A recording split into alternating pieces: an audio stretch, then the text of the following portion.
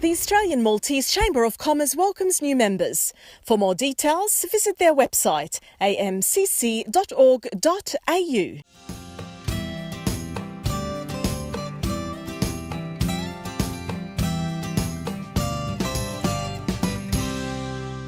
Merħba lura fil-programm Maltese Down Under u s-sasar morru lura fil-kċina ta' ex-kontestanta ta' MasterChef Australia, Tregan Spiteri.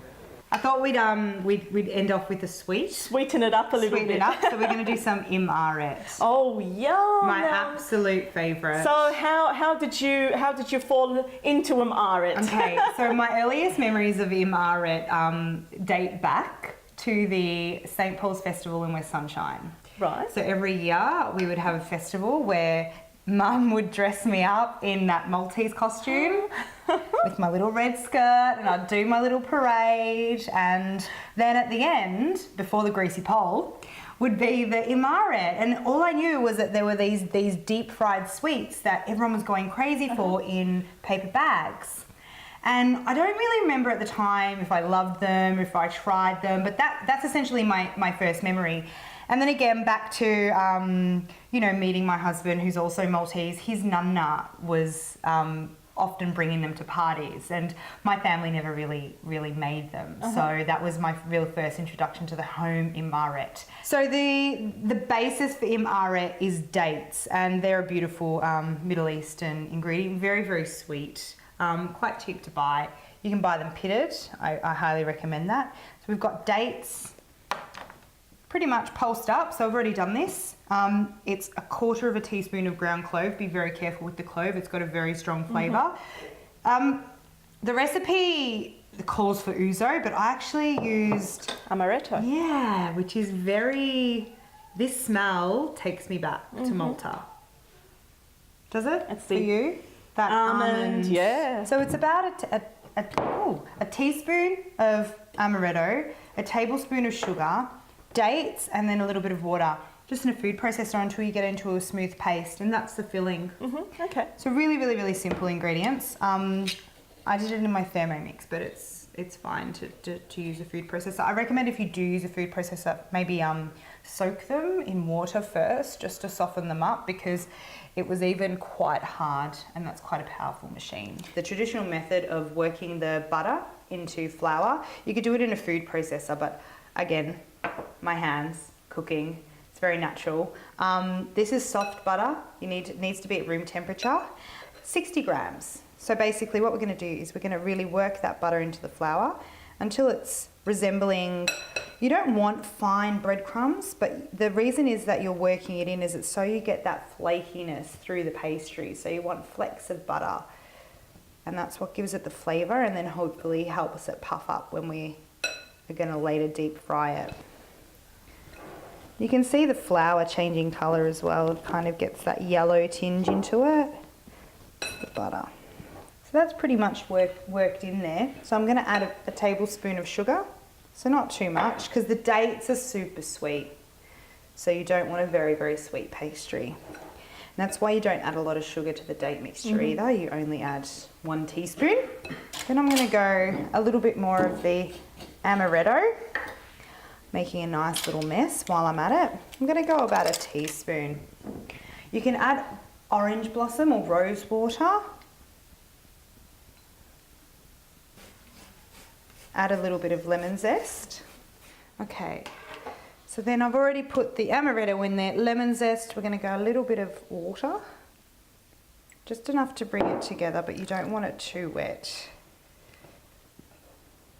Now, we were talking the other day, Tregan, about your experience on MasterChef Australia and how you were actually a social worker, which you are doing now again, but you were never actually a chef. No, you can't be a chef to be on MasterChef. It's all about home cooks, so they actually quiz you on whether you've worked in a kitchen before, if you've worked in a commercial kitchen, but the amount and the level of experience that you get from MasterChef, it's incredible. It's a accelerated course into the world of cooking, and in that 4 months, the skills that you obtain, I feel, allow you enough experience to work in a commercial kitchen, and I was lucky enough to land a job in Maha. So this is now in a ball that you can see. I've worked that all together. So I'm going to wrap that in some cling film and then pop it in the fridge to rest for an hour. Okay, so this dough's been resting in the fridge for about an hour. You can use a pasta machine, but today I'm feeling a little bit strong, so I'm going to roll it out by hand. It's quite a workout, isn't it, to roll it out? It is. But that's okay. You can put flour down, but I've got a pastry mat, so they work really good. But you can see it's flaking a tiny bit. You don't want it to do that because then it will stick. So if you feel like it's getting a bit wet, you can just put a little bit of flour. Any particular thickness that? Yeah, you want it quite thin.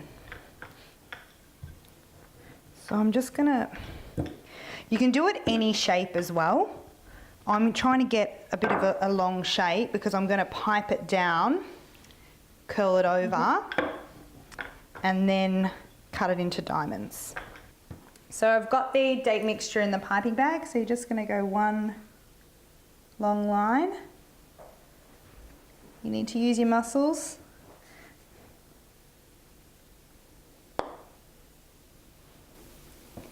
And I'm pushing down and pressing at the same time, but the dates are quite thick and hard.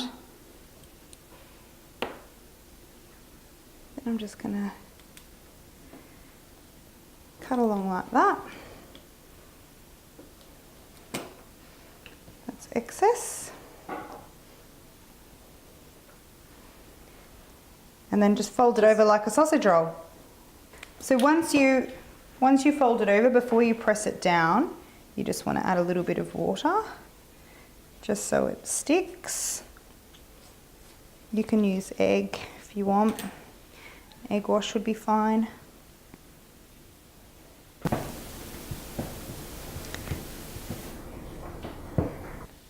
And you just cut them to an angle? Yeah, you just cut them to an angle. They're not perfect this time around, but they're going to taste delicious. All right, so I've got some sunflower oil in a wok. I like to do my deep frying in a wok. You want to get it up to quite a hot temperature. If it's too low, the pastry will absorb the oil and it'll become soggy. I'm not going to put them all in at once though, because what that will do is that will drop the temperature of the oil, and we don't want that. We want the oil to remain nice and hot. They should float to the top, start to float to the top, and you want them nice and brown. Crispy and delicious. You can see there it's quite golden brown. The date has gone very, very dark because there's a high sugar content in there. So the sugar's essentially burning. I've got a plate here with some paper towel. Drain them off. You know, if you don't have icing sugar, you can make a beautiful orange blossom syrup, a rose water syrup, even a spiced syrup, and then drizzle it over the top. And that's my Imqaret. I do want to eat one. And here's a little piece of Malta. It is a little piece of Malta.